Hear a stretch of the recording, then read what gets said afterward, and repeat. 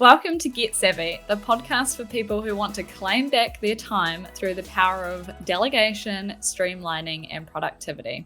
I'm your host, Teesha, and today I'm here with Jo, and we're discussing the 4 signs it's time to hire a virtual assistant. It's not always a big aha moment and like a light bulb goes off in your head. You might not have even considered hiring a virtual assistant.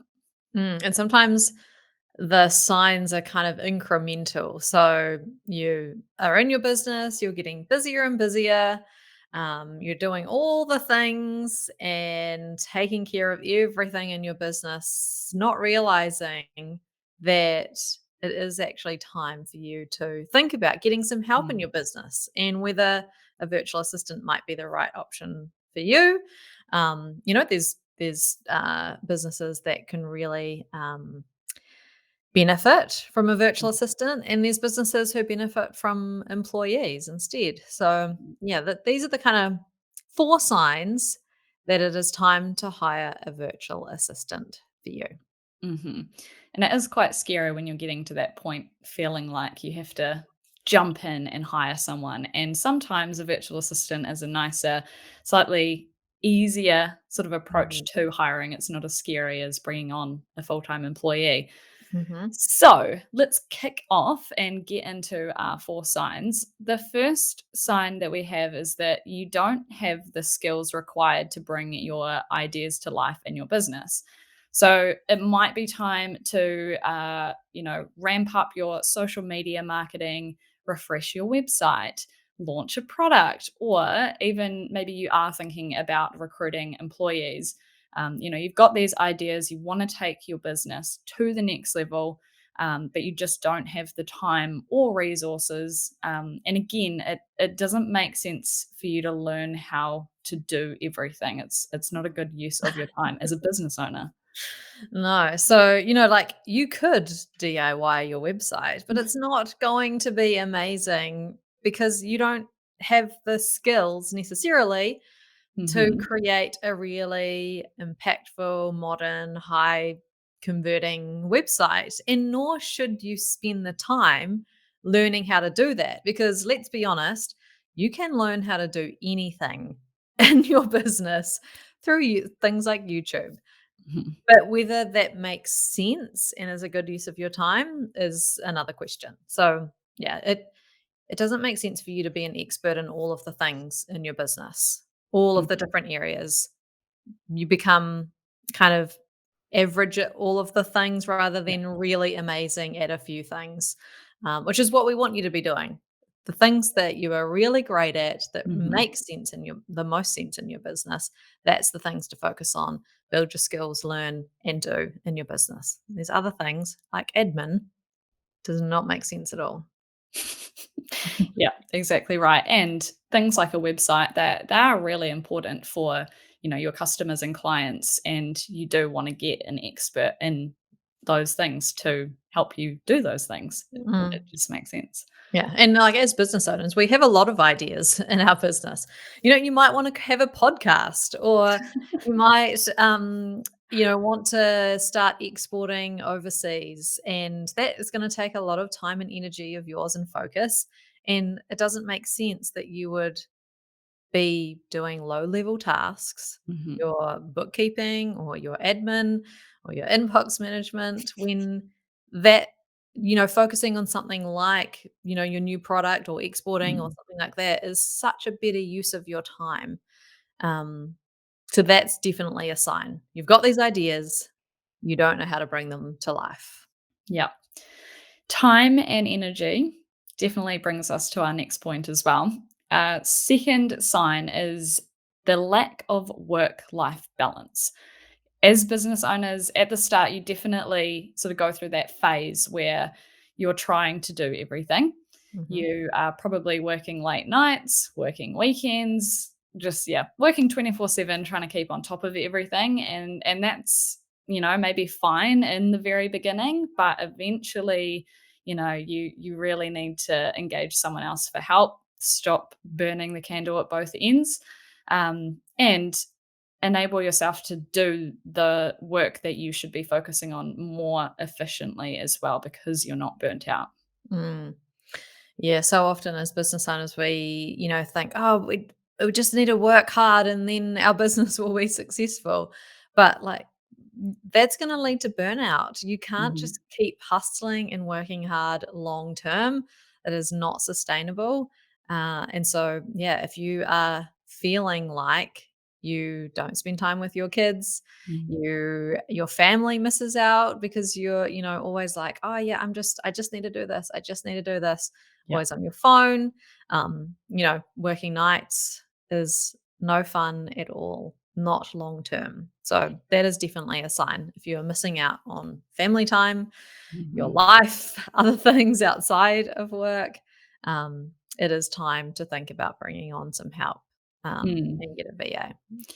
And feeling like you can't take leave as well from Mm. your business if you feel like you have to be there Mhm. because things won't keep going without you, that's quite a scary point to be at. Yes. Yeah. Mm, You can have a business and a life as well, and you should. So, yeah, that is for sure a big sign. yeah. Cool. Our third sign is spending time doing admin tasks that you don't actually even like doing. So I know myself, I am really not a spreadsheet person. I absolutely just do not want to touch Excel.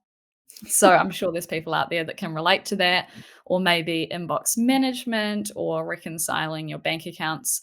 I'm sure there's a huge list of things out there that business owners are spending time on that just they really don't even like. Mhm. Yeah.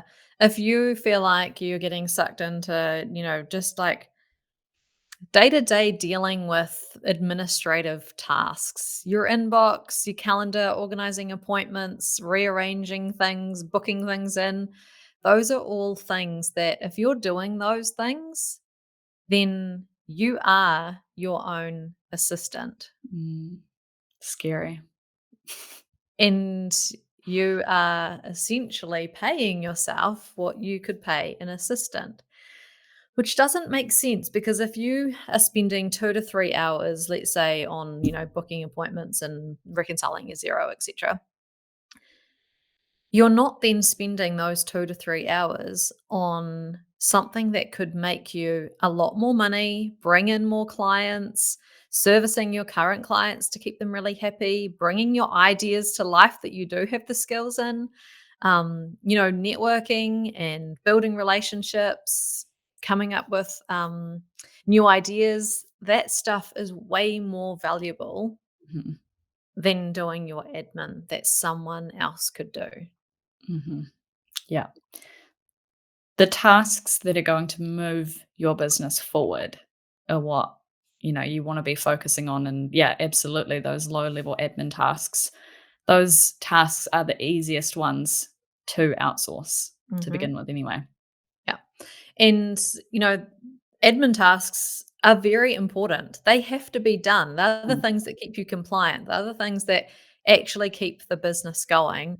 And if they don't get done, the wheels fall off. So they are important, but they are things that someone else can do. So we want to yeah. have you switch your time and focus on the things that only you can do, or the things that are really going to move your business forward and take you to the next level. That's the stuff that you want to be focusing on.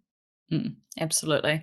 And yes, exactly right. You've nicely brought us to our fourth sign, which is that deadlines and opportunities are being missed.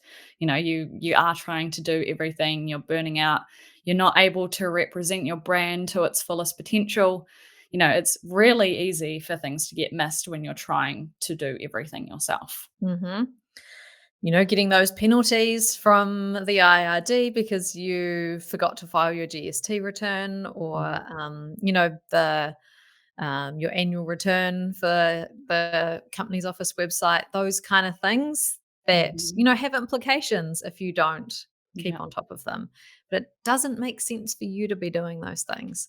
Um, the opportunities things is really interesting too Yeah. because uh, If you are spending, let's say you're spending 2 hours on your admin, you're, like, deep into your Xero account or, doing some spreadsheeting or, like, researching something, what that means is that you're not spending 2 hours having your eyes open to Mm, opportunities that are out there or, noticing opportunities or creating opportunities. So, you may have missed an inquiry that came in for, mhm, a really big potential client. That person has probably emailed 3 other of your competitors, and they are more, I think it was like I heard a stat the other day where you're like, you're 70% more likely to say yes to the, company that responded to you first.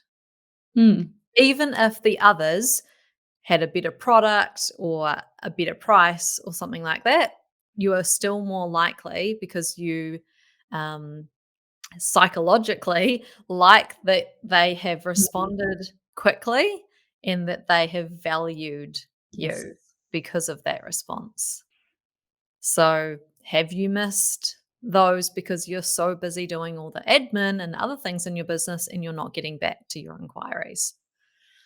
So, that's Mhm. the kind of opportunities that you may not even know that you miss. Like, you'll know that you missed that one, but there might be other opportunities Yeah. that you don't realize that you missed, like a great partnership with another company to do something, a collaboration with someone. Mhm. If you're not out there Yes. showing up and, getting in front of those opportunities, building those relationships, then yeah, what are you missing that you don't even know about? Yeah. That's quite a scary thought, really, isn't it? Cool. So there you have it. That is now our third episode of Get Savvy. Thank you very, very much for listening, and we hope you enjoyed today's episode. If you did, please don't forget to rate, review, and subscribe to the Get Savvy podcast. And if you think it might be time to actually hire a virtual assistant, then go and check out Strictly Savvy. You get access to experts in admin, bookkeeping, graphic, and web design.